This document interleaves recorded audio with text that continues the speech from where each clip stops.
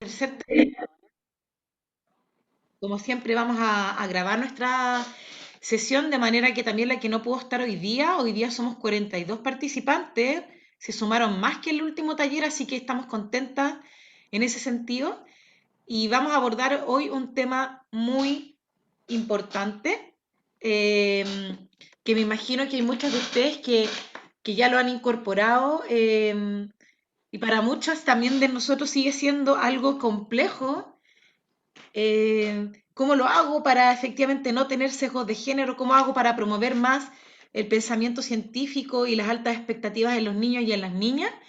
Y, y para eso hoy nos acompaña, les quiero presentar a Valentina Ulloa. Ella es docente de la carrera de Pedagogía en Educación Parvularia de la Universidad de Chile, magíster en género, y hoy día le pedimos que nos contara hoy día un poquito de su experiencia, lo que ella ha estudiado, y que nos pueda dar algunas luces respecto de cómo efectivamente este enfoque transversal que siempre se dice tiene que estar presente en todo, pero a veces de repente como que no queda en nada, efectivamente hacerlo real en nuestras planificaciones y en el trabajo de ciencia. Eh, entonces, es un tema muy apasionante, esperamos que para ustedes también sea interesante y sea una sesión en donde nos genere curiosidad y donde aprendamos. Así que, Valentina, muchas gracias por estar hoy día con nosotros. ¿Cómo estás?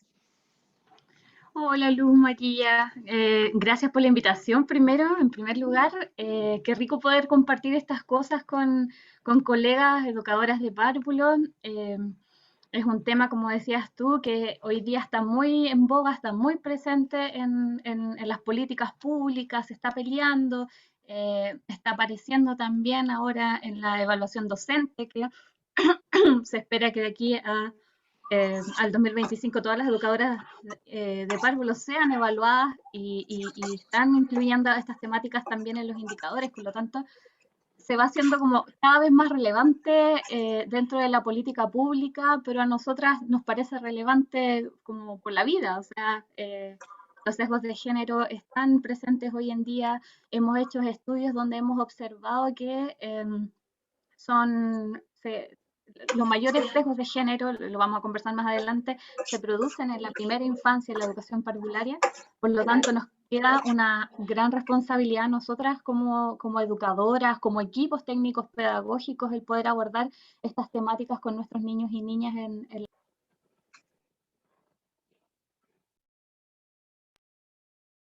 Perdón, se me silenció, no sé hasta dónde se me escuchó. Perdón, vale, fui yo. Me equivoqué, disculpa. Iba ahí súper bien. Dale nomás, sigue con Ya. ese mismo ímpetu. Bueno, eso, pues entonces, rico poder tener este espacio para poder conversar con ustedes. Me encontré por ahí con alguna educadora conocida que estuve tutoreando en otro curso. Qué rico que busquen más instancias también de aprendizaje de distinto tipo. Así que bienvenida Cecilia por ahí, con harto cariño le doy la bienvenida también a este espacio. Les voy a compartir una presentación que, que hice para poder guiar un poquito más esta conversación, pero ay, vamos aquí.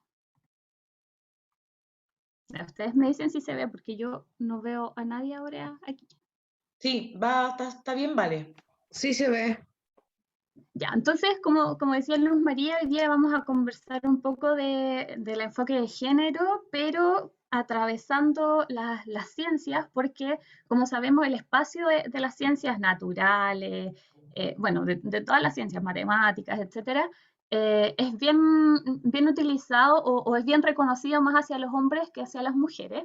Y esto genera una problemática de género importante porque hay una mayor visibilidad hacia un género por sobre otro, cuando podrían estar representados por ambos, con miradas distintas, por supuesto, porque hombres, mujeres y otras identidades de género tienen diversas visiones respecto a todo. Porque, y en la ciencia también es parte de una de las áreas donde hay donde se pueden presentar diferencias de mirada respecto a las distintas identidades de género. Y este taller tiene como objetivo conceptualizar algunas ideas sobre el género, a grandes rasgos. Por supuesto, no vamos a hacer una clase expositiva respecto a lo que es el género, lo que implica, porque es demasiado amplio, es demasiado denso y nos interesa reconocer que esto es transversal a todas las asignaturas y a todas las experiencias educativas que podemos trabajar con nuestros niños y niñas, así que vamos a hablar sobre algunas ideas más generales, reflexionar críticamente sobre la actividad 2 que nos presenta el programa PIPE Explora, generar algunas propuestas para esa actividad y luego reflexionar en conjunto en un plenario sobre esta experiencia. Y aquí, en primer lugar, les quiero mostrar un videito para que nos adentremos un poquito más y veamos cómo estos sesgos de género, los estereotipos de género, van apareciendo en nuestra sala sin que nos demos tanta cuenta, sin que a lo mejor nosotros intencionemos una mirada de género sesgada, pero que uno ahí va observando pequeños elementos que podría ir mejorando, que podría ir cambiando para que nuestros niños y niñas tengan las mismas posibilidades. Que les voy a compartir un video.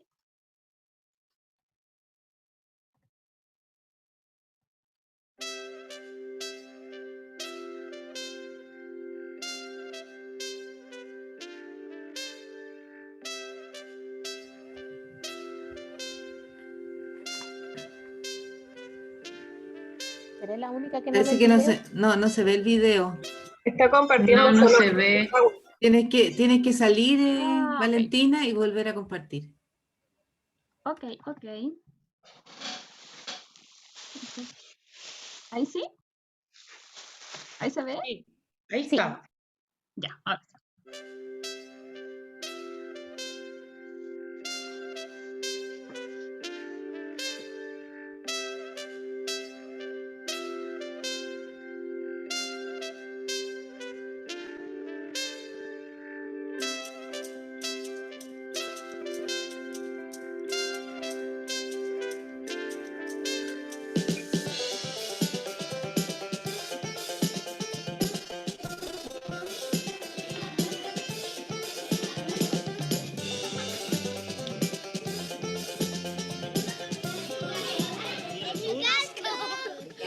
¿Cómo hay que ser para usar esto? ¿Cómo hay que ser?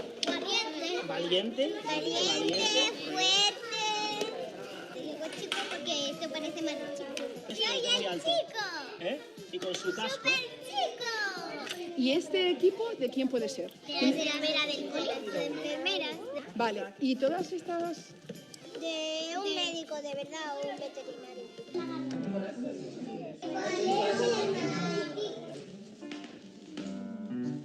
Tiene un hijo. Se dedica a curar gente. Yo creo que es de un paracaidista. Esto, alto, valiente y inteligente. Esto de un doctor. Y esto de un presidente. Es de médico. Para un mecánico. Químico, robótico y presidente. Su nombre es Javier. Pues yo me imagino que se llama Gabriel. Luis. Andrés. Velázquez. Roberto. Javier. Leo.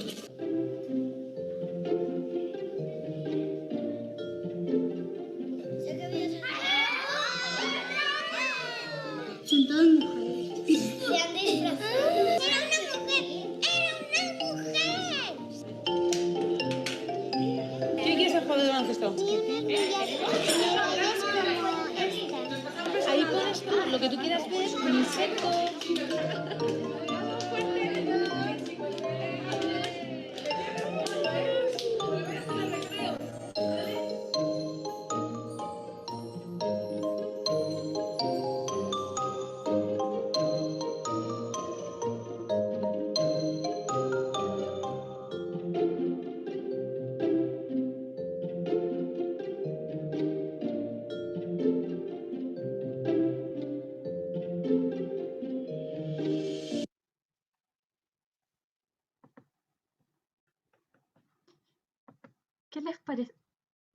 pareció el video?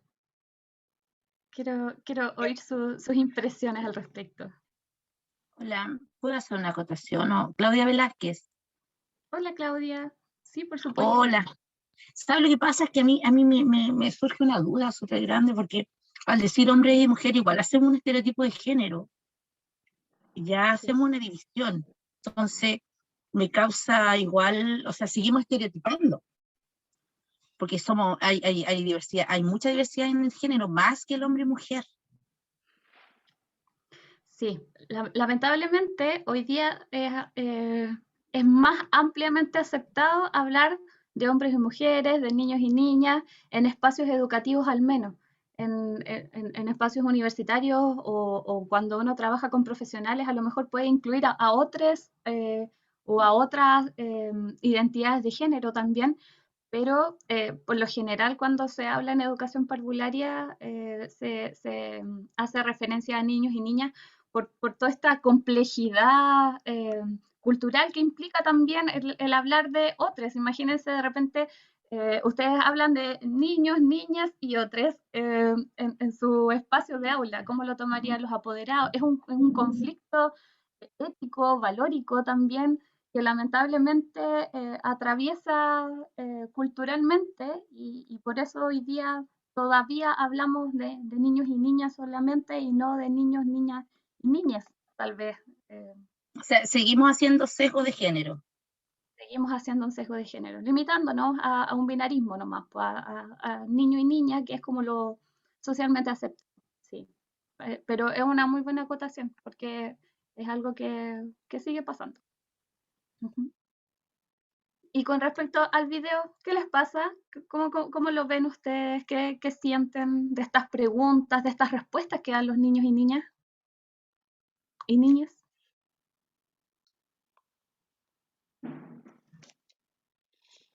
La que quiera agregar algo en el chat, Hola, Hola, Andrea. Andrea. sí, Andrea. Hola. Bueno, que yo creo que como para todas, o todos, si es que hay alguien por acá también, creo que es como bastante común que se dé lo que se veía en el video, tanto lo del principio, como que suele encasillarse ciertas labores o actividades a uno de los dos géneros, pero también lo que pasa después cuando ven que no era eso que ellos esperaban, como la manera de sorprenderse ante lo que ocurre, como que fuera algo que realmente así, y esto se puede, esto existe, o sea, nos da a entender que no solo la familia, sino que también nosotros hemos olvidado como resaltar o mencionar lo tan cotidiano como el fútbol en los hombres, por ejemplo, que suelen escucharlo, me imagino, gran parte del día en su cotidianidad. Es como lo mismo, alguna pega no también estamos haciendo que para ellos es tan raro ver las mujeres en ese tipo de actividades o profesiones, por decirlo así. Pero también me pasa que últimamente, no tanto a nivel de escuela, sino que con hijos de amigas o niños que uno tiene como en su entorno más cercano, siento que cada vez cuando uno toca estos temas, sobre todo en cuanto a las labores del hogar, por ejemplo, de la mujer, cada vez hay más niños y niñas que intervienen como el hecho, pero no, pues si la mamá solo ella no cocina, como por ejemplo. Como que ya cada vez son temas que ellos mismos los sacan, ¿no? Uno ya no siempre tiene que hacer la pregunta, sino que son ellos mismos los que ponen así como el par y dicen, o sea, no solamente las mamás hacen eso en la casa o la mujer hace eso en la casa. Entonces, si bien creo que, como dices tú, quizá mirando hacia atrás hay como una pega que quizá estaba un poco ahí dormida, ya como sociedad nos hemos ido un poco adaptando y también poniendo énfasis en estas cosas, pues no solo en lo cotidiano, sino que poniendo énfasis. No es lo mismo solo decirlo y mencionarlo que hacerlo notar en una conversación con los niños. Eso. Gracias, Andrea. Súper interesante tu aporte y tiene todo el sentido porque finalmente el video decía ahí, los niños consolidan los estereotipos de género entre los 5 y los 7 años. Y en ese espacio estamos nosotras, están las familias, están los dibujos animados que observan, las películas que ven, los juegos que tienen con sus compañeros, compañeras, compañeros, están el entorno cercano, las dinámicas que se producen cuando van a comprar, cuando van al supermercado, cuando van a, no sé, cuando salen al parque, todo lo que observan los niños y las niñas van integrando esas situaciones como propias, como normales, y por lo tanto si nosotros les vamos presentando otras opciones a lo que se supone deberían ser como las cosas de niño o las cosas de niña, que no son tal, se va ampliando este rango, por lo tanto los niños, niñas, van entendiendo que pueden hacer de todo. Y como dices tú, hoy en día tienen esa mirada muy clara algunos niños y niñas, pero aún existen familias donde las dinámicas familiares son muy machistas, por lo tanto la mujer tiene un rol en la casa, los hombres tienen otro, y también hay niños y niñas que se atreven también a otras cosas en los espacios del jardín porque es un espacio más cómodo para algunos niños, niñas. Hay un espacio que es más libre también, como es, por ejemplo, jugar a cualquier cosa, porque las limitaciones no son tantas, digamos, disfrazarse tal vez o vestirse, personificar personajes que a lo mejor antes no era tan común o no era tan normal de hacerlo. Hoy esos niños, niñas tienen más posibilidades de poder hacerlo libremente en el espacio, pese a que la mayoría de las educadoras de párvulo no tenemos formación en temáticas de género. Unos años atrás, cuando hice mi tesis, revisé las mallas de las carreras de pedagogía en educación parvularia, como las que en puntajes en las pruebas inicia, por ejemplo, tenían los mejores puntajes, que eran como las 10, entre comillas, 10 mejores carreras de Chile, y ninguna tenía ningún ramo de formación en temáticas de género, o, bueno, algunas exigen como feminismo en la formación, pero al menos en temáticas de género, y no existe, o en temáticas, por ejemplo, de educación sexual integral, que van asociados por lo general, no existe. Entonces, también es un espacio que nosotros hemos tenido que ir avanzando como voluntariamente obligado, digamos, porque hemos tenido que formarnos, hemos tenido que leer, hemos tenido que ir reconociendo otras posibilidades también, y eso es un trabajo que no ha sido muy valorado, a lo mejor socialmente, pero una que es educadora de párvulo y que ve el trabajo de otras colegas, valora mucho porque esas posibilidades finalmente se traducen en posibilidades para el futuro de los niños y las niñas. Y eso es muy rico sentirlo que está pasando. Después de haber peleado tanto, verlo en los distintos espacios educativos en los que participamos, es algo súper, súper rico. Les voy a compartir el PPT aquí.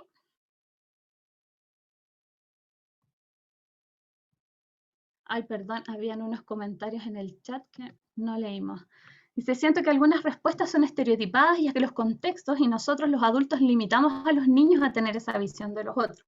Por ejemplo, cuando hablamos de profesiones, uno tiene que utilizar láminas que no favorecen este tema. Quizás no siempre somos tan cuidadosos en los que comunicamos. Y la verdad es que sí, el material educativo que nosotros podemos utilizar de repente viene muy estereotipado, pero siempre nosotros podemos darle la vuelta, hacer cuestionar en el fondo los materiales que existen, los textos que hay, los juegos que realizan los niños y las niñas con el material que está ahí a disposición.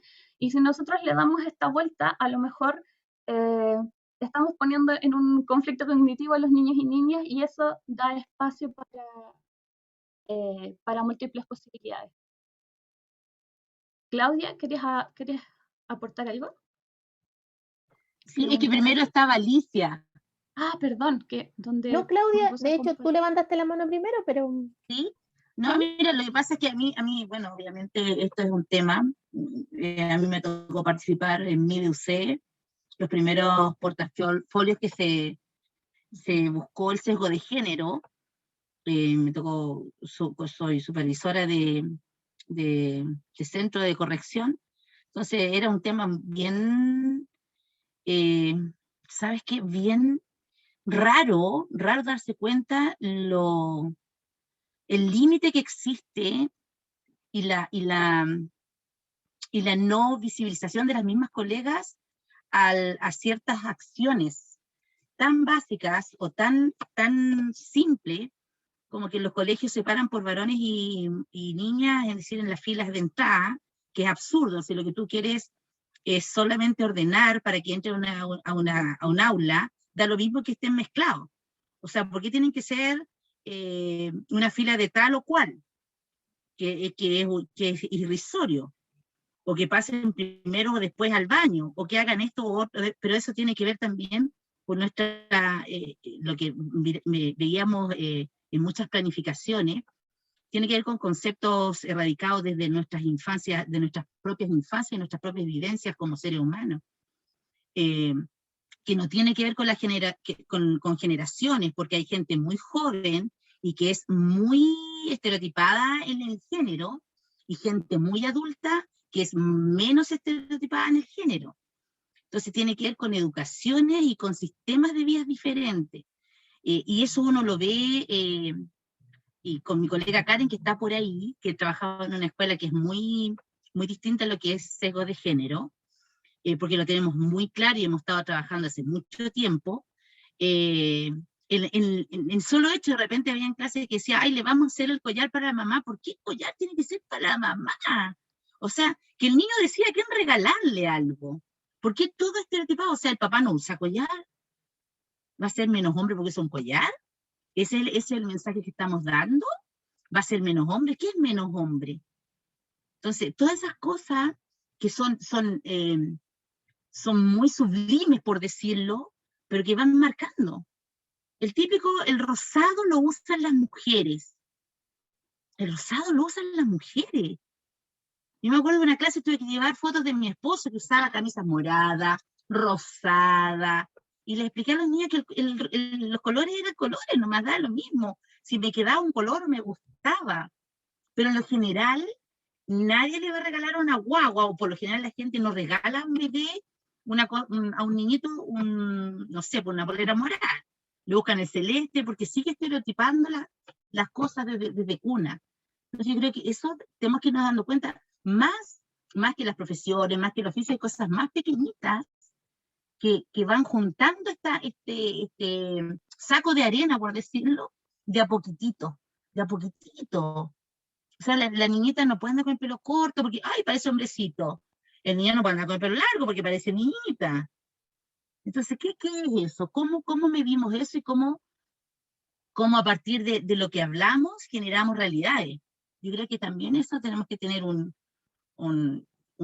ojo en las vivencias, en nuestras propias prácticas. O sea, sentarnos, analizar, reflexionar, qué es lo que hago, cómo lo hago. Incluso la planificación, si uno lee una planificación que a veces uno hace, está hecha para cierto tipo de actividad que realizan ciertos tipos de niños. No, o las niñas van a ir a jugar al rincón de las niñitas, y en los niñitos de construcción. ¿Qué es eso? Es intervención. Gracias, Claudia. Por eso es tan importante la formación inicial docente, que las educadoras y educadores de párvulos que trabajan puedan salir con una formación mínima que les permita hacer estos procesos reflexivos cuando están trabajando en un aula o en el espacio en el que se desempeñe. Hoy en día, las y los educadores de párvulos trabajan en diversas cosas, no solo en aula, en material, en gestión, en museos, en ludotecas, múltiples espacios. Por lo tanto, esa es una apuesta que nosotros buscamos y esperamos también como dentro de nuestra universidad, que es mi espacio de trabajo, donde yo puedo al menos impulsar algunas ideas con mi equipo, el de poder entregar una formación que les permita ir generando estas discusiones y además que tengan un fundamento teórico y además de la experiencia que ustedes puedan tener para poder ir formando a las familias también, porque como decía Claudia, hay una limitación de repente del conocimiento, pero no siempre es solo cultural o espontáneo porque no quieren aprender, sino que no han tenido las instancias también para meterse un poco más en el tema, conocer algunos conceptos, entender que nadie les va a enseñar a los niños y niñas a hacer su género contrario, digamos, como a mí alguna vez me dijeron, usted es magíster en estudios de género, o sea, le va a enseñar a mi hijo a ser mujer, por ejemplo. Y esas cosas son porque la gente no necesariamente tiene conocimiento de estos temas, pero por eso es tan importante para nosotros ir poniéndolos primero en las mallas curriculares de las pedagogías, no solo de la educación parvularia, de todas las pedagogías, y también ir haciendo procesos reflexivos nosotros en nuestros espacios educativos, con nuestros equipos, con la familia, e ir problematizándolo también con los niños y con las niñas, porque ellos tienen mucho que decir al respecto, porque son ellos finalmente a los que nosotros vamos limitando con estos colores, con estos juegos, con estas formas de sentarse, con estos personajes que pueden interpretar. Quedaba una palabra más antes de volver. Sí, la verdad es que para no extendernos más, tiene mucha relación con lo que comentó antes Andrea, si no me equivoco, y bueno, Claudia dio como los ejemplos muy comunes, o sea, yo creo que todas hemos escuchado los ejemplos que acaba de dar Claudia en contextos comunes, cotidianos, dentro de nuestras casas, en nuestros colegios, qué sé yo, en las idas a comprar. Uno escucha constantemente ese lenguaje, pero sí quería ir como hacia lo positivo y en relación a lo que decía Andrea, de verdad yo veo un futuro muy esperanzador respecto a esta temática. Me siento muy esperanzada de que, no sé, somos cuántas, casi 50, que dentro de quizás estas 50 aulas cambie el lenguaje, ¿ya? Y por eso uno agradece tanto estos espacios, sobre todo de reflexión, ¿cierto? De que podamos compartir estos saberes, porque finalmente es lo que va a provocar el cambio más profundo y surge realmente en nuestras aulas. Tú lo decías, Valentina, muchos niños sienten más libertad de expresarse dentro de nuestras aulas que dentro de sus propios hogares. A mí me pasó un año en un nivel de transición donde había un chico que le gustaba mucho ponerse los tutú. Le encantaba salir en los juegos de exploración. Abríamos la caja y era así como que nadie me saque el tutú, y se lo ponía y jugaban felices, salían al patio, qué sé yo, y en un cumpleaños una de las compañeritas comentó en el grupo de padres que ellos jugaban siempre a eso, qué sé yo, pero que él era la princesa. Y en la familia después se comunicaron y nos preguntaron por qué nunca le habíamos informado y por qué permitíamos que el niño utilizara tutú para jugar. Y eso generó todo un tema, qué sé yo, una conversación bien extensa con la familia. Finalmente ellos comprendieron, ellos están un poco complicados porque la chiquitita lo dijo como delante de, la niña lo mencionó como en un grupo grande de apoderados, entonces ellos no sabían, y por qué ellos no sabían. Y la verdad es que nosotros sentíamos que no era algo que había que informar como, para él era como un hito así tan relevante, tan que él no se entendía por qué nunca le mencionamos eso que su hijo estaba haciendo.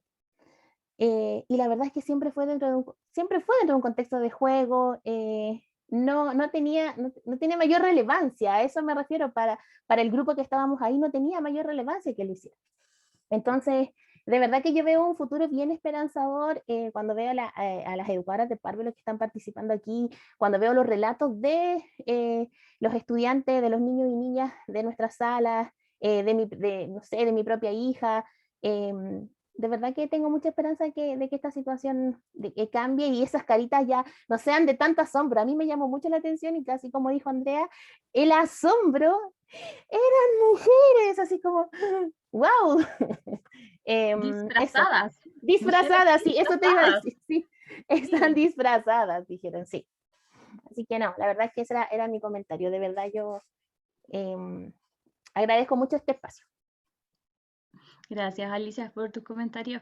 Y la verdad es que yo también estoy muy esperanzada. Cuando hice mi tesis, como que me bajó un poquito la depresión porque les preguntamos a las educadoras de párvulos qué les parecían estas temáticas, cuál era la relevancia, y había muchas que pensaban que no era relevante y otras pensaban que no era tema en realidad, que no había que trabajarlo porque era un espacio como muy, muy propio de la familia, y la familia era quien tenía que entregar estos valores, estos principios y estas posibilidades también.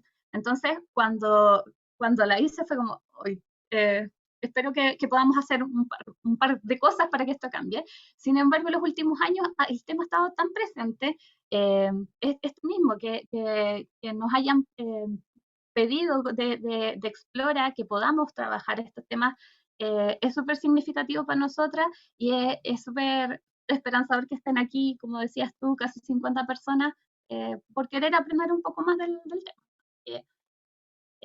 Ahora sí, vuelvo al PPT. Y les quería, ahí sí, les quería mostrar las preguntas, porque a esos niños y niñas les preguntan, ¿cómo crees que hay que hacer para usar esto? ¿Cómo crees que hay que hacer para usar este casco, esta chaqueta, este microscopio? Y la mayoría dicen valientes, fuertes, altos, y son características que uno suele asociar siempre a los hombres porque históricamente nos han dicho que los héroes que existen son hombres, los científicos que existen son hombres, la gente que tiene actividades, funciones de protección siempre son hombres, entonces son más valientes. Y a mí me llamaba mucho la atención eso, de asociar constantemente todo a lo masculino, las profesiones, estas características, que tiene que ser alto, se llama Javier, decía uno, no me acuerdo cuáles otros nombres, pero siempre asociando como características masculinas. Pero si llevamos estas preguntas y nos las hacemos nosotros como adultos, si alguien dice, no sé, dibuja a alguien que trabaje en mecánica, probablemente uno se imagina a un mecánico debajo del auto o arreglando algún aparato, o si alguien que trabaje en medicina, uno suele pensar en el médico con la bata, con sus elementos, o cuando uno dice, no sé, ¿quién trabajaría en la biblioteca?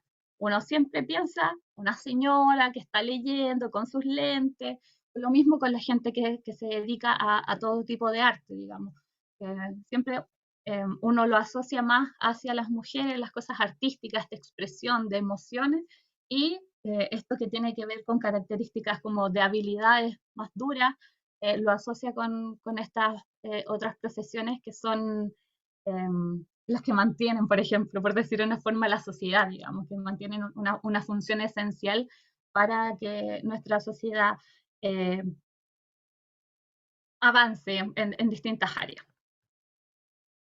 Y aquí, en este video, esencialmente aparecen dos conceptos, y el primero es el estereotipo de género. Y nosotros, aquí, para este momento, vamos a entender como estereotipo de género una opinión o prejuicio generalizado acerca de atributos o características que hombres o mujeres poseen o deberían poseer, o de las funciones sociales que ambos desempeñan o deberían desempeñar. Es decir, todas estas cosas que nosotros decimos es de hombre o es de mujer. Ahí la imagen nos muestra a un niño que siempre uno lo asocia a la pelota, a los autos, a que tienen mucho dinero porque son muy exitosos, a las ciencias, por ejemplo, mientras que a las niñas uno las asocia a las cosas como menos relevantes, que al juego con los peluches, a jugar a ser mamá, a soñar, pero así como con ser esposa o casarse como un propósito de vida, a las barreras, a maquillarse, como si no existieran otras formas de hacer. Y esto, uno siempre, cuando empieza a hablar del tema, piensa como en el rol fundamental, importante de la mujer en la sociedad, de las mujeres y de las niñas, por supuesto.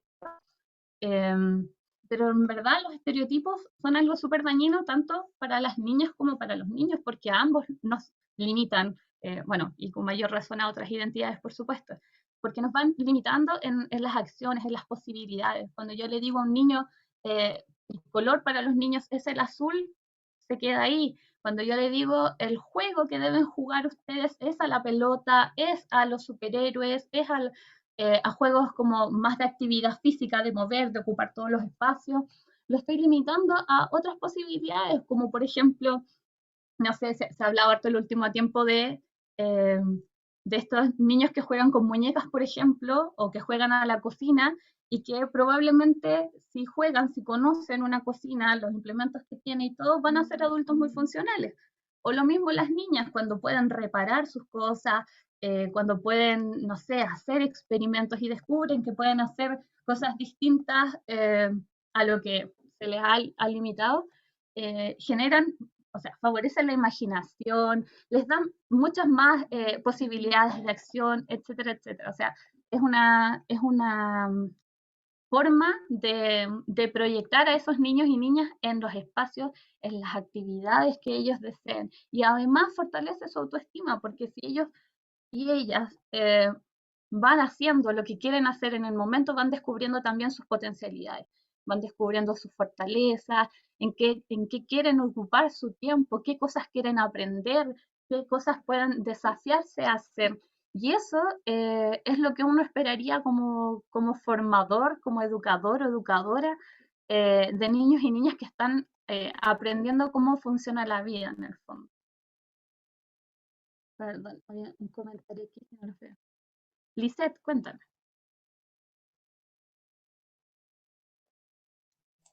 O sea, escuchando todo lo que están comentando ustedes, por ejemplo, yo trabajo en un jardín infantil, en donde estas cosas, siento que el tema, por ejemplo, de la fila, o el tema de ir al baño, como comentaba Claudia, que a lo mejor sí se da mucho en los colegios, siento que en los jardines se da un poco menos, o por lo menos en mi jardín particular, pues particularmente. Siento que se da un poquito menos eso de, por ejemplo, mis niños y niñas van juntos al baño. Donde yo amo un cierto número en que obviamente uno como tía pueda como controlar que no vaya a haber un accidente, pero no se hace esa distinción de género.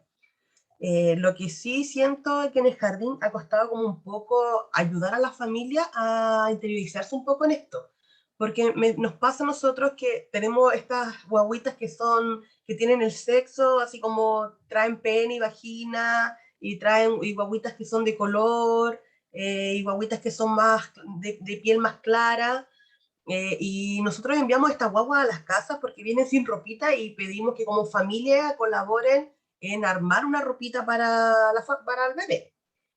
Y muchas veces nos ha pasado en donde los papás dicen, pero ¿por qué a mi hijo le toca una muñeca? ¿Por qué tiene que hacer una ropa a la guagua? Es que todos los niños y niñas llevan una muñeca para poder hacerle ropa al bebé para que puedan jugar acá. Y es como, pero es que eso es para mujeres, así como para ellos es como un tema que uno les mande una muñeca para vestir. Entonces, como que ha costado un poco y han entendido que al final uno les dice, oiga, ellos están jugando y con esto están aprendiendo a cómo desenvolverse en el futuro. O sea, si su hijo juega con guagua, lo más probable es que va a ser un excelente papá.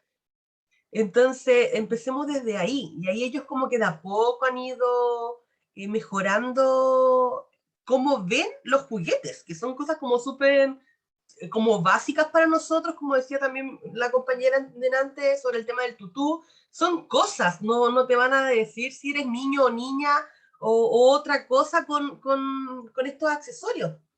Y también lo que comentabas tú sobre el tema de cómo las profesiones se catalogan en ciertas partes. Muchas mamás, yo creo que si en mi jardín hubiera un educador de párvulos, quizás se complicarían porque, no sé, a lo mejor hay que hacer un cambio de ropa y como que exteriorizan, o sea, como que lo mezclan mucho a que tiene que ser como el cuidado femenino. O sea, si voy a cambiarle ropa a mi hijo, prefiero que lo haga la tía, que no lo vaya a hacer el tío. Entonces también está esta discriminación a los hombres, que ellos también son tan funcionales como nosotros para poder hacer este tipo de cuidados. Así que eso era lo que quería opinar. Gracias, Lisette. Bueno, no por nada, hay menos de 30 educadores de párvulo en Chile hoy día ejerciendo la profesión en nuestro país. O sea, son súper poquitos los varones que están ejerciendo y hay solo 8 que actualmente están estudiando para ser educadores de párvulo. Y eso también, bueno, muestra un avance generacional también, pero también está otra parte que podrían haber muchos más, sin embargo, hay varios que piensan que no van a poder ejercer después de salir de la carrera. Y otro concepto que a mí me parece fundamental conocer o tener alguna definición al menos es la equidad de género. En este caso lo vamos a definir como la imparcialidad en el trato que reciben mujeres y hombres de acuerdo a las necesidades respectivas, ya sea con un trato igualitario o con uno diferenciado, pero que se considere equivalente en lo que refiere a los derechos, los beneficios, las obligaciones y las posibilidades. A mí me gusta hablar más de equidad de género que de igualdad de género, porque simplemente la igualdad tampoco sirve, porque hay algunas situaciones, elementos o espacios donde la igualdad no va a hacer que las personas tengan las mismas condiciones. Sin embargo, en la equidad nosotros podemos decir como el resultado en el fondo que sea equitativo. Es muy común un dibujo, no se me ocurre ponerlo aquí ahora, pero un dibujo donde ponen, no sé, a una persona alta, a una persona mediana y a una chiquitita, el mismo cuadrado para subirse a ver sobre una reja. Igualdad, 3 cajas iguales para cada uno. Sin embargo, el más alto puede ver, el del medio ve un poco y el chiquitito no ve nada porque aún así no alcanza. En cambio, con la equidad nosotros decimos, ok, este más alto a lo mejor necesita un cuadradito más chiquitito, un cubo más chiquito para subir, el del medio necesitará uno más alto y el más pequeño necesita uno aún más alto para poder tener la visión panorámica de lo que necesitan ver. Eso nosotros apelamos a la equidad de género. Por lo tanto, esto es una condición que yo pondría en mi espacio, en mi sala, con mis niños y con mis niñas que tengan esta equidad, que apunten a la equidad. Y esto en la ciencia pasa poco. Yo les quisiera preguntar, por ejemplo, ¿cuántas mujeres científicas conocen? Como importantes, que hayan cambiado la historia, por ejemplo, del mundo. ¿Conocen alguna? La que creó la radioactividad. Marie Curie. Sí, pero el problema es que le dieron el premio Nobel a su marido y después de que él había muerto lo recibió ella, pero ella fue la que descubrió. Exacto. Marie Curie tuvo premios de química y de física por los aportes que hizo en la radioactividad. ¿Conocen a alguien más?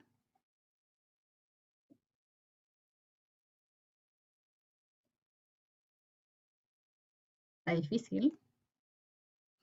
Miren, según las revistas de ciencia, de los descubrimientos más importantes del siglo XX, de todo el siglo XX, de esos 10 descubrimientos, solo la energía nuclear, que es el descubrimiento de todo el proceso de la energía nuclear, es el único del que se asocia a una mujer destacada, que es precisamente Marie Curie. Y imagínense, en 100 años. Y solo en el 2020, de los 10 descubrimientos científicos más relevantes, 6 son de mujeres, y de mujeres liderando equipos. Y eso es un avance, pero para mí al menos fundamental en estos espacios equitativos y donde las mujeres también han tomado un rol fundamental en esta apropiación y en este empoderamiento también de visibilizar sus logros, de visibilizar lo que están haciendo. Y aquí yo puse 3 ejemplos. Katrin Jensen, que ella lideró el equipo de Pfizer para hacer la vacuna y para poder probar que la vacuna era efectiva en solo 210 días, que es un récord porque las vacunas se prueban por año. Udi Utarini, que ella dirige el estudio respecto al dengue, a cómo poder eliminar el dengue, y Lilu Langjuan en realidad, que fue la epidemióloga que aconsejó a la alcaldía, a los políticos de Wuhan, de poder cerrar la población para que esta enfermedad no atravesara fronteras. Se demoraron en hacerle caso, pero finalmente logró convencerlos con sus argumentos científicos. Y aquí yo les quiero invitar a repensar la actividad PIPE que nos propone el documento, que se llama Pregúntale a un científico o a una científica. No sé si ustedes tuvieron la posibilidad de leerla, de mirarla con anterioridad. Y aquí, por ejemplo, hay científicos. ¿Alguien sabe cuáles son los nombres de esos científicos? ¿O ustedes saben tú? Es que ahí está Marie Curie. Está Marie Curie. ¿Quién más está? La otra mujer no sé quién es. Einstein. Einstein, por supuesto, famosísimo, el científico más relevante del siglo XX. Y a la mujer no la reconozco, no sé quién es. Ella es Gertrude Lyon. Ella tuvo premio Nobel de Medicina porque fue la persona que descubrió los antídotos para medicamentos, tratamientos para la leucemia y para la malaria. Y el de al lado es Stephen Hawking, que es uno de los físicos más relevantes de los últimos tiempos, que murió hace poquito, hace un par de años atrás. Bueno, el marco motivador de esta experiencia dice: nuestro brazalete para viajar en el espacio y el tiempo nos lleva a distintos lugares para solucionar problemas de distintas partes del mundo. Es hora de seguir viajando. ¿Con quién nos encontraremos? Probablemente con interesantes personajes. Debemos estar preparados y aprovechar de hacerles la mayor cantidad posible de preguntas para conocerlos a fondo y quizás ayudarles a resolver algún misterio. Aquí debemos formular diversas preguntas a las que nos invitarán a descubrir cosas fascinantes. El objetivo es reconocer y valorar los aportes que han realizado tanto científicos como científicas y la importancia de su trabajo en la vida diaria. Y las competencias: diseñar un proyecto de investigación y aprender del proceso. En realidad, diseñar un proyecto de investigación en el sentido de que a lo mejor vamos a hablar de algún tema y estos científicos o científicas han aportado relevantemente al tema que queremos investigar. Entonces, en ese sentido, es como un proyecto de investigación. Aprender del proceso es ir comprendiendo que los procesos de indagación, de ciencia y tecnología pueden ser utilizados como en diversas actividades de la vida cotidiana y no solamente a la hora de hacer un experimento con los niños y niñas en nuestras salas de clases, sino que en diversas cosas y situaciones que vamos viviendo en la vida. Valentina, disculpa que te interrumpa, perdón, es que solo para aclararlo ahora, porque probablemente quizás yo lo entendí mal. Mira, ahí, en diseñar un proyecto de investigación, yo entendí como que estaba enfocado en los estudiantes, como en el diseño de las, que finalmente a través de las preguntas que ellos iban a crear, están realizando investigación. Entonces, también puede ir ese objetivo relacionado a eso, porque yo lo vi de esa manera, como que diseñar un proyecto de investigación es una de las competencias, porque ellos van a tener que crear preguntas, ¿cierto? Que les van a permitir investigar o descubrir quién es finalmente el entrevistado, qué es lo que hace, a qué se dedica.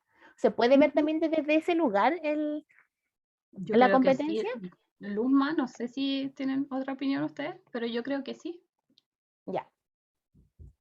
Sí, porque finalmente les van a hacer tantas preguntas que la idea es que descubran quién es esta persona y qué hace.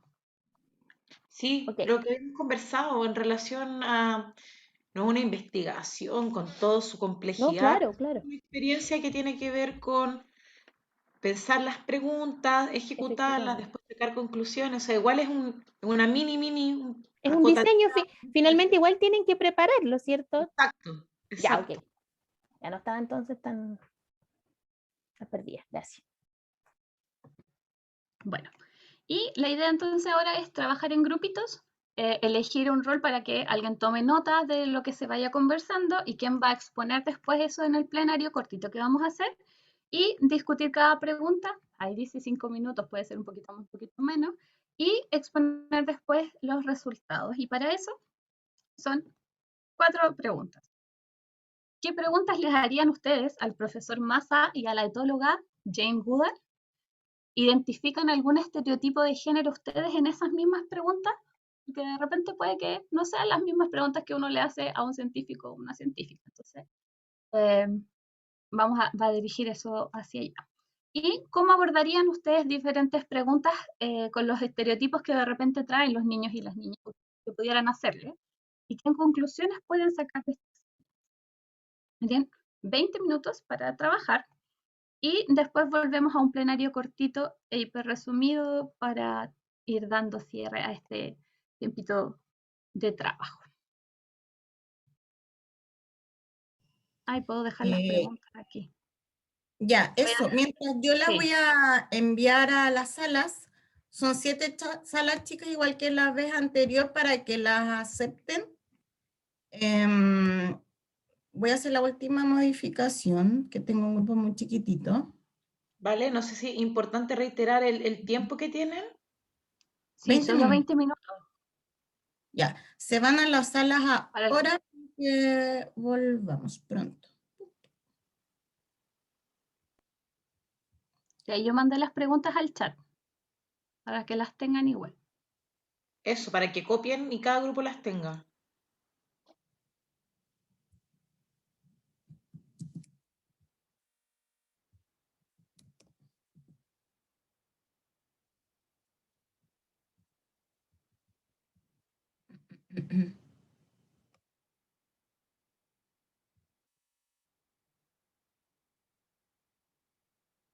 Hay gente que todavía no acepta. Vamos a detener un poco la grabación porque esta parte... Ah, espera.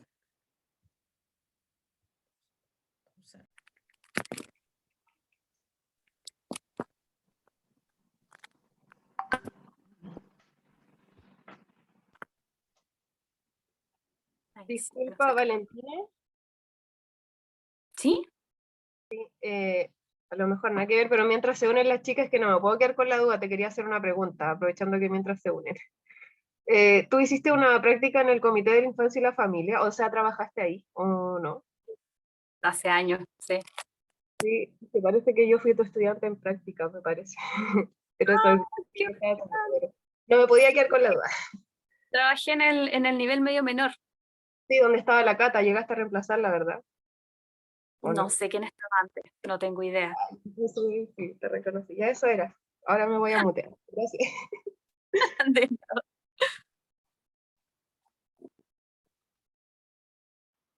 ¿Podríamos partir con un primer grupo mientras se siguen sumando las demás? No, pues esperemos que vuelvan todos por Lumi. Deben estar ya llegando todas. Ya.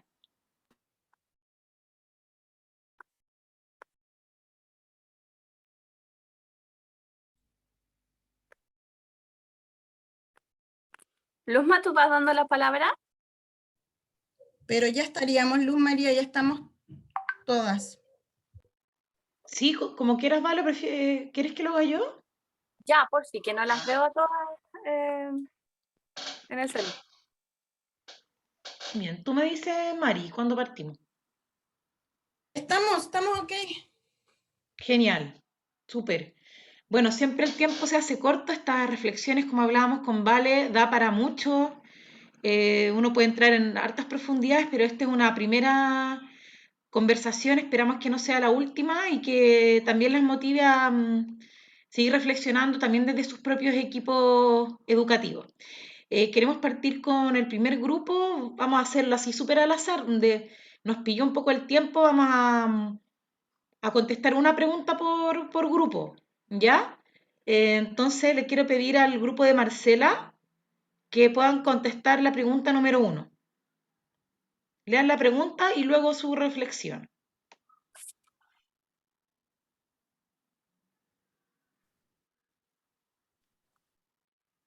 Ahí no sé quién va a ser la vocera.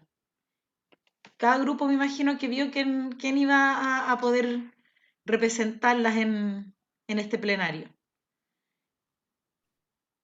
¿Algún grupo voluntario? Yo, no sé si es que le alcancé a hacer la pregunta al grupo y justo se nos fuimos, no sé si me alcanzaron a responder. Me dicen que una me dice que sí, ya me dicen que sí. Era así. Ya. Gracias. Ivonne, la pregunta número 1, si es posible. Sí, sí. La pregunta número 1 es ¿qué pregunta le haríamos a Masa y a Goodhall? Creo que es el apellido de ella. Ajá. ¿Ya? Te voy a leer las preguntas. Decidimos hacer 5 y 5. Para Masa, ¿qué es lo más lejos que ha podido tener? ¿Qué es lo más lejos que ha podido ver en el telescopio? ¿Qué sintió cuando descubrió el primer agujero negro? ¿Qué lo motivó a realizar los libros para niños y programas infantiles? ¿En qué aporta? Ahí la última. ¿En qué aporta cómo es su vida cotidiana cuando no trabaja? Y para Goodwall, ¿qué le llevó a trabajar con los chimpancés? ¿Se encontró con muchos obstáculos cuando se dedicó a los estudios de los chimpancés? La otra pregunta, si es que el estudio de los chimpancés, su comportamiento, se puede extrapolar al comportamiento humano, considerando que comparten casi el mismo material genético. La otra, ¿qué barrera de entrada encontró como mujer o aún persiste para que estudien las niñas? Y la última, ¿cómo es su vida en la cotidianidad cuando no trabaja? Muchas gracias, Ivonne. Muy interesante las preguntas ahí, fueron creativas. lograron el cometido, así que Valentina al final nos va a hacer un feedback. Felicitaciones al grupo. Sigamos con otro grupo. ¿Algún otro grupo voluntario?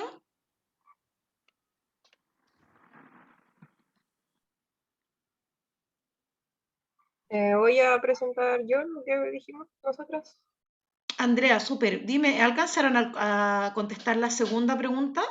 Sí, no, igual las contestamos todas. Como en Ya. conversación, pero las contestamos todas. Súper, Ya, la mira, segunda. igual, sí. En cuanto a esa, bueno, primero recalcar que en la anterior nosotros no hicimos preguntas tan marcadas como las mencionó la compañera, sino que tratamos de igual pensar como en la imaginación de los niños que pueden preguntar cada cosa, no nos encasillamos en ciertas preguntas. Pero sí para la segunda pensamos que estas preguntas que podían hacer los niños quizá se podían, bueno, hablando del estereotipo de género, quizás podía entenderse a que a la mujer le preguntaran más como, por ejemplo, ¿y tú tienes hijos? ¿Y qué haces con tus hijos cuando, no sé, viajas a tal lado? ¿Y quién los cuida? Etcétera. No así al hombre, que quizás le preguntan cosas como más netamente que ver con su profesión, o sea, ¿por qué haces eso? ¿Por qué te gusta? Que no sé, etcétera. Como te digo, no hicimos preguntas específicas, pero sí pensamos que se podía dar esto, que a la mujer se le tiende a relacionar con ciertas labores y uno, más que preguntarle cuál ha sido tu mayor logro, le pregunta, ¿y quién está cuidando a tu hijo? Eso es como un poco lo que pensamos en cuanto a los estereotipos que podían surgir. Súper. Gracias, Andrea, por la reflexión y al grupo que realizó el trabajo. Genial. Vamos con el tercer grupo. ¿Algún grupo que quiera continuar? Ojalá con la tercera pregunta para ir variando, poder cubrirlas todas.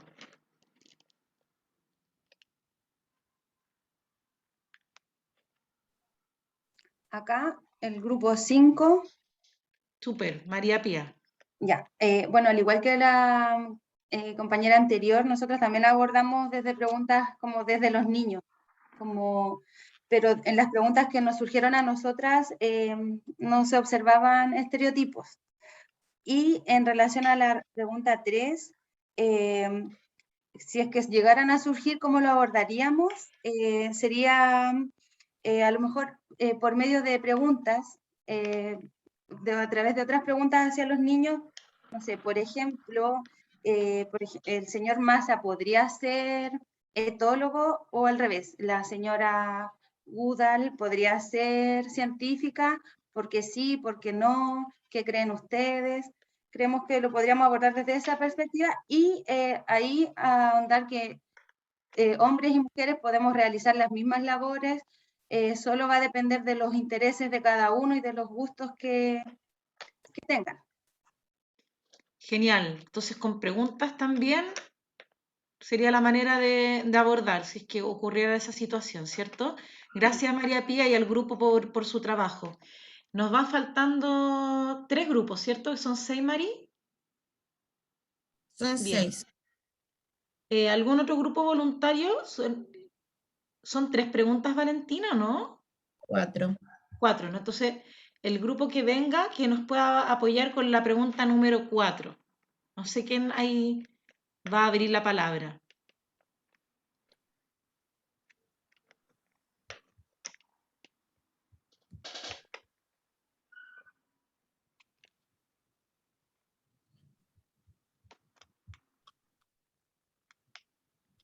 ¿Algún grupo que falte? No se alcanzaron a poner de acuerdo quién iba a hablar, pero nos están faltando 3 grupos.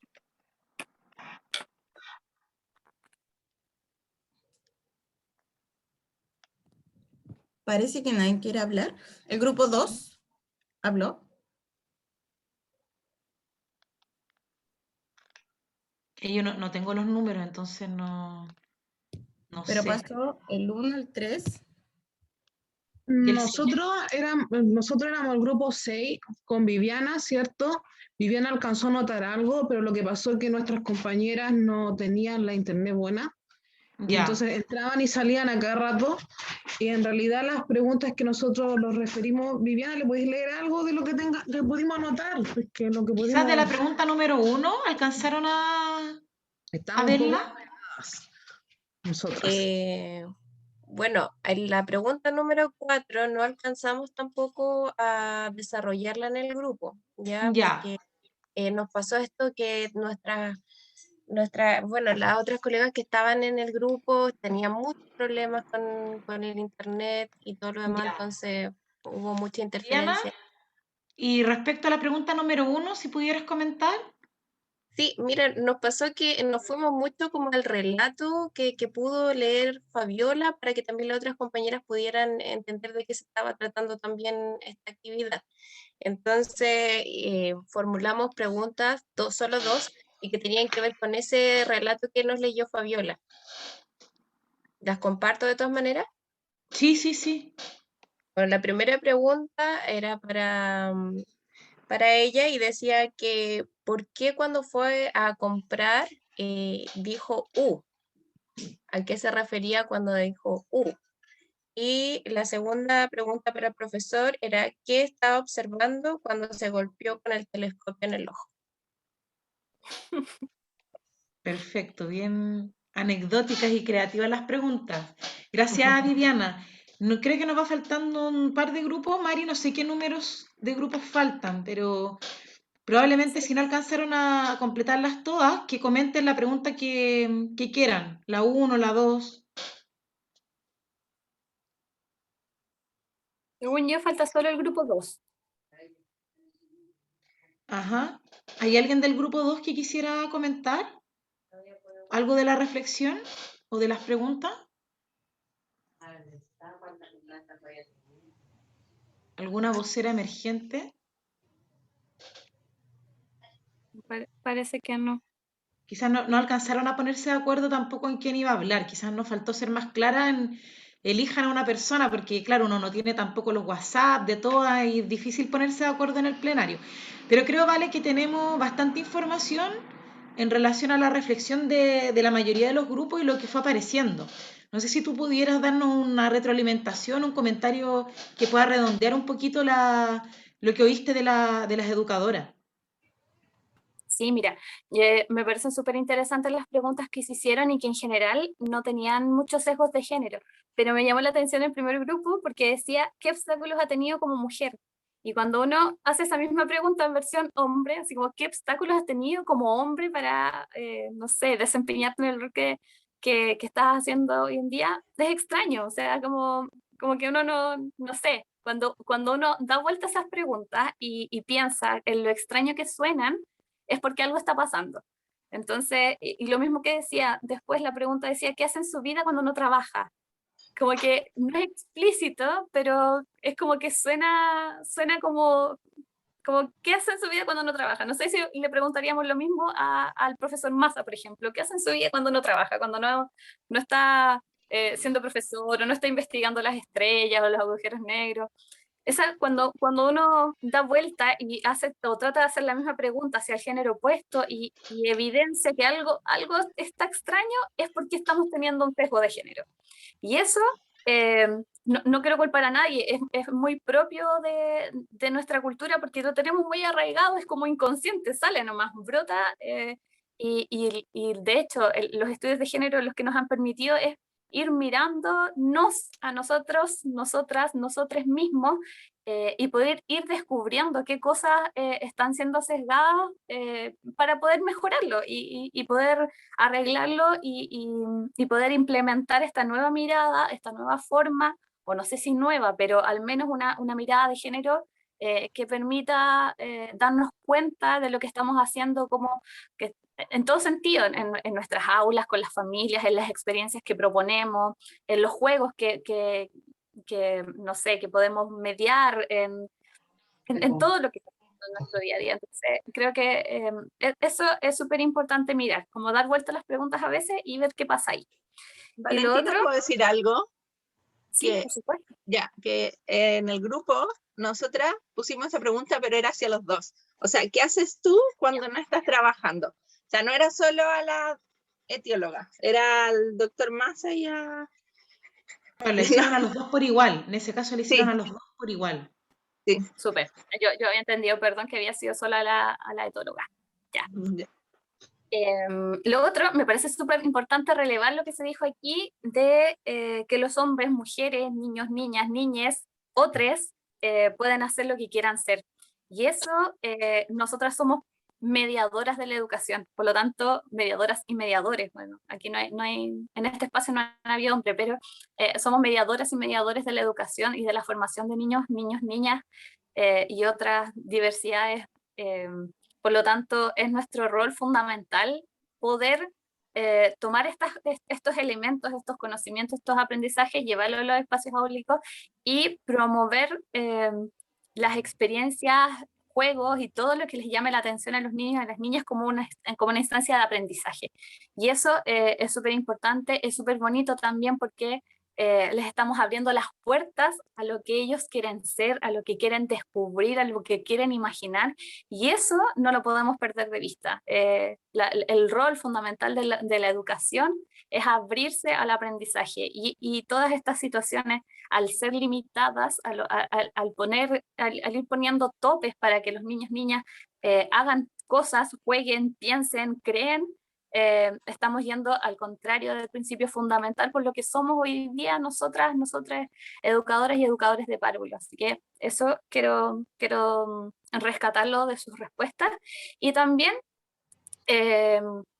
interiorizar esto que son estas competencias que estamos trabajando, son tanto para los niños, niñas, como para nosotras como educadoras. De repente se nos olvidan esta transversalidad de algunos elementos como las temáticas de género o el enfoque de género, y que están presentes en la ciencia, están presentes en nuestro día a día, están presentes en nuestras propias dinámicas familiares, como profesionales, y por lo tanto es súper bueno ponerle el ojo ahí y ir aprendiendo. Nadie es perfecto, nos vamos construyendo, deconstruyendo constantemente. El aprendizaje es algo continuo y se da toda la vida, y creo que una persona que trabaja en el rubro, en el ámbito de la educación, lo tiene súper claro. Y por eso en este contexto nunca fue la idea juzgar ni sus preguntas, ni mucho menos. Lo importante es que podamos tomar todo esto y poder cuestionarnos cómo lo estamos haciendo en nuestros espacios, en nuestras vidas, y poder ampliarles las posibilidades a todos, todas y todes para que puedan ser lo que quieren ser. Eso. Súper. Gracias, Valentina. Creo que nos hiciste reflexionar harto, y yo en lo personal me sirvió mucho para darme cuenta cómo a través de pronto ciertas preguntas a veces sesgamos más de lo que creemos. Y yo creo que esa es la idea. Creo que ha sido una conversación súper interesante. Agradecerle a cada uno de ustedes estar hoy día. Creo que los aportes, los comentarios, las propias reflexiones que han tenido en sus comunidades educativas nos hacen mirar en profundidad, y ver que también tenemos muchos desafíos. El tema de lo mismo que comentaba Claudia, me parece, lo binario, ¿no? Como también seguimos, de repente estamos marcados por nuestra cultura, y bien, estamos avanzando en la equidad de género entre hombre y mujer, pero las diversidades sexuales también se nos van quedando un poco atrás y siguen siendo desafíos que de a poquito, ¿cierto? La idea es ir corriendo la barrera de lo posible, como digo yo. O sea, hoy día damos un paso, ojalá mañana seamos más sabios como cultura, como educadoras también, como comunidades educativas, y cada niño, niña tenga el espacio para desarrollarse en plenitud. Yo creo que eso es lo que queremos, y como dijo Valentina, hoy día creo que hemos desarrollado competencias, creo que hemos incorporado el enfoque de género, dimos un pasito más, y a través de estas actividades que los niños van desarrollando la capacidad de indagación, como veíamos, un pequeño proyecto de investigación que parece algo muy chiquitito, como pensar preguntas, hacer las preguntas y luego reflexionar. Ya estamos desarrollando la competencia de desarrollar un proyecto de investigación, aunque pareciera muy lejano por ser niños pequeños, ¿cierto? Pareciera que fuera algo que se desarrolla en la enseñanza media o en la educación superior, pero de a poquito, o sea, desde pequeños vamos generando las competencias para... No es algo que se desarrolla, digamos, en la edad avanzada, sino que, como dijo Valentina, tal como en los temas de género se instalan desde muy pequeños, también la habilidad científica. Tenemos un espacio privilegiado en en nuestras aulas. Así que gracias, Valentina, nuevamente por este tiempo. Sabemos que estás con un montón de responsabilidades y haberte dado este espacio para reflexionar con nosotros con esa generosidad, esa apertura también a escuchar. Creo que nos deja contenta y nos nutre un montón como Red Pipe. Así que muchas gracias. Y antes de retirarnos, les queremos pedir un último minutito de su tiempo. Marianela va a compartir ahora un link para que lo puedan desde su celular o computador. Es una encuesta muy breve, pero no queremos dejar pasar esta oportunidad para preguntarles en relación al regreso a clase. Nos interesa mucho saber en qué modalidad están trabajando, si han podido volver a lo presencial, si están trabajando híbrido o solo de manera virtual. También nos ayuda a nosotros a conocer sus realidades. Es muy cortito, pero no queremos que se vayan sin poder contestar esta encuesta. Mari.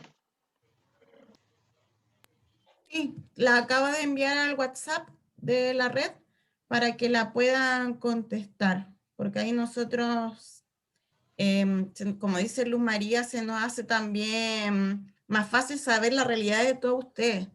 Así que por fin, son 3 preguntas, súper cortito. Así que eso.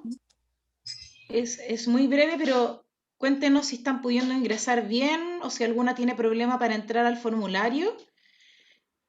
Como dijo Marianela, es bien relevante para nosotros conocer su realidad actual y así poder adaptarnos y que el programa en el fondo llegue a fin de año con todos ustedes participando, pudiendo reconocer las particularidades de esta transición que estamos viviendo todos en realidad.